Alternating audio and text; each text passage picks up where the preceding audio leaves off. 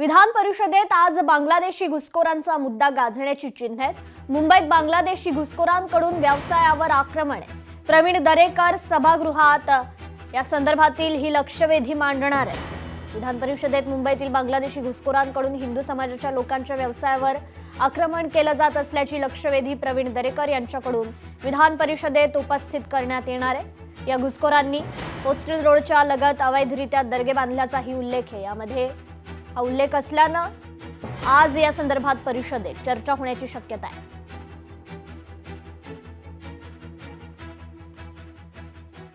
रोहित पवार, संदीप क्षीरसागर, इद्रिस नाईकवाड आणि अमोल मिटकरी यांच्यावर कारवाई करा, महाराष्ट्र पोलीस बॉईज संघटनेचे मरीन लाईन्स पोलीस स्टेशनला तसं पत्र आहे। दोन्ही राष्ट्रवादीच्या आमदारांविरोधात महाराष्ट्र पोलीस बॉईज संघटना आक्रमक झाली आहे। रोहित पवार यांनी मरीन लाईन्स पोलीस स्टेशनच्या अधिकाऱ्यांशी अरेरावीची भाषा केल्याचा आरोप आहे, तर गुन्हा दाखल करून घेण्यासाठी दबाव तंत्राचा वापर केल्याचाही आरोप आहे। रोहित पवार वरिष्ठ निरीक्षक यांच्याशी आवाज चढवून बोलले। सोशल मीडियावर देखील पोलिसांची बदनामी करण्यात आली असल्याचं या पत्रात नमूद करण्यात आले।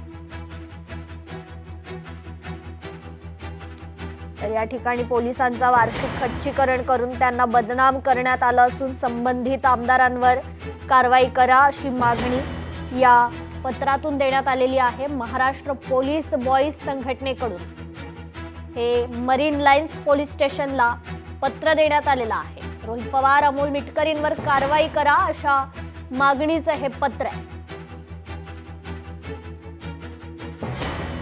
रोहित पवारांनी मरीन लाईन्स पोलिसांवर अरेरावीची भाषा केली असा आरोप महाराष्ट्र पोलीस बॉईज संघटनेचा आहे।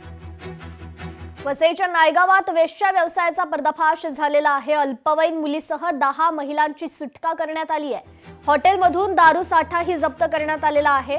7 दलालांना अटक करण्यात आली आहे।